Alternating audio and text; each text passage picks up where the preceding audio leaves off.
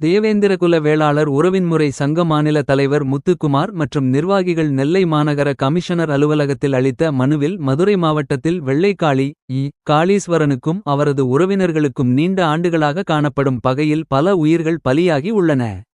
தற்போது காளீஸ்வரனை காவல்துறையால் கைது செய்யப்பட்டு சென்னை புழல் சிறையில் கைதியாக இருந்து வருகிறார். இந்நிலையில் காளீஸ்வரனை புழல் சிறையில் வைத்து கொலை செய்வதற்கு திட்டம் தீட்டியதாகவும் அதற்கு பின்புறமாக தேவேந்திர குல வேளாளர் மக்கள் இயக்க மாநில தலைவர் குமுளி ராஜ்குமார் மற்றும் எஸ்டேட் மணி ஆகியோர் இருந்ததாக எந்த ஒரு அடிப்படை முகாந்திரமும் இல்லாமல் யூடியூபர் சவுக்கு சங்கர் பேசிய வீடியோ இணையங்களில் வைரலாகி வருகிறது.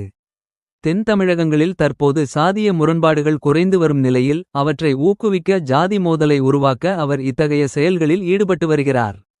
மேலும் தேவேந்திர குல வேளாளர் சமூகத்தினை சார்ந்த அரசு அதிகாரிகள் அமைப்பின் தலைவர்கள் பற்றி பொய்யான தகவல்களை இணையங்களை பரப்புவதை அவர் வழக்கமாக கொண்டுள்ளார். எனவே பகைமை ஏற்படுத்தும் அந்த வீடியோவை யூடியூப்பிலிருந்து நீக்க நடவடிக்கை எடுக்க வேண்டும். இதற்காக அவரிடம் உரிய விசாரணை செய்து சட்ட நடவடிக்கை மேற்கொள்ள வேண்டும் என கேட்டுக்கொள்கிறோம். இவ்வாறு அதில் தெரிவிக்கப்பட்டுள்ளது.